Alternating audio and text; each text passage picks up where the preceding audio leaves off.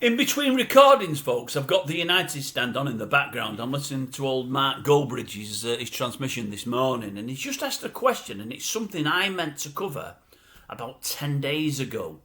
He's saying, is Sir Jim Ratcliffe really a Manchester United fan? He says he was born, brought up in, was it Fallowfield? Says he's been a United fan all his life.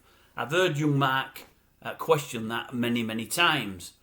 I think Mark's come to that question this morning, saying, he said, look, if I was a United fan who cared about the club and I spent millions, or should I say billions, on that club, there's no way on God's green earth I would carry on with Andre Onana in my goal. Absolutely no way at all.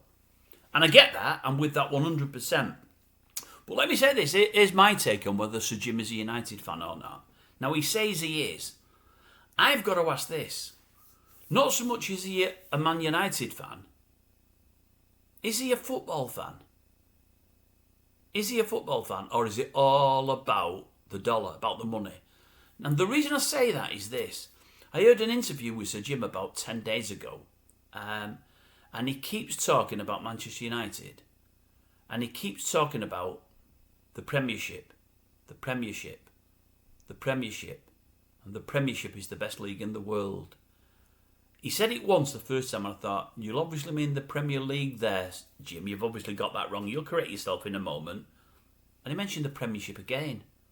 And he mentioned it about 4 or 5 times. And I thought, I don't know anybody who follows football and has followed it for years, who watches the Premier League week in, week out,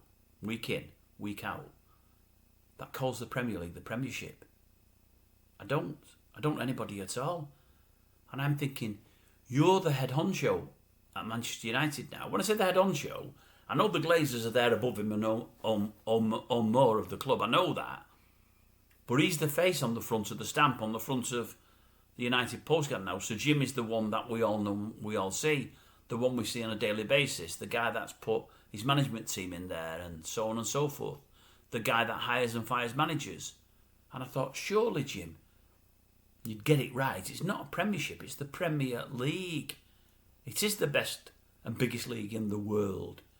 It's got more coverage than any other league in the world. The Premier League's known throughout the sporting world for what it is. They certainly all know what it's called. In Germany, Italy, Spain, the other big footballing nations, they'll all know the Premier League. They'll know it as the Premier League. They'll be getting pictures coming in on a daily, weekly, monthly basis from Sky and other broadcasters in these various countries regarding the Premier League.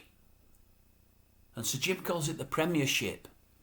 And as I say in this interview I seen, he said it about 5 times, not once, not twice, so it wasn't an accident.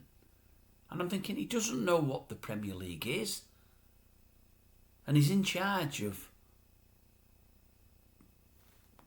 some might say, the world's biggest football team. I certainly would as a Manchester United fan. If they're not, they're very, very close to being that. They're not playing like it at this moment in time. Of course they're not. But you look at the history and everything else in the fan base, I think it's possibly still the world's biggest football team. He's put, what, 1.5 billion in there? Was it 1.25, 1.3 billion in there? And he doesn't know the difference between the Premier League and the Premiership. Very concerning, if you ask me that. Very worrying. So I would ask, not so much is he a Manchester United fan, but is he a football fan? In the truest sense, or is he more a fan of the dollar, the bottom line, and what he can make out of the deal?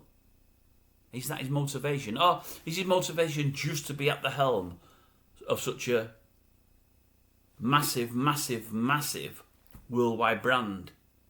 Is that what it is? Does he just want all the publicity that comes with fronting the brand that is Manchester United? You've got to ask yourself, folks, you've got to ask yourself,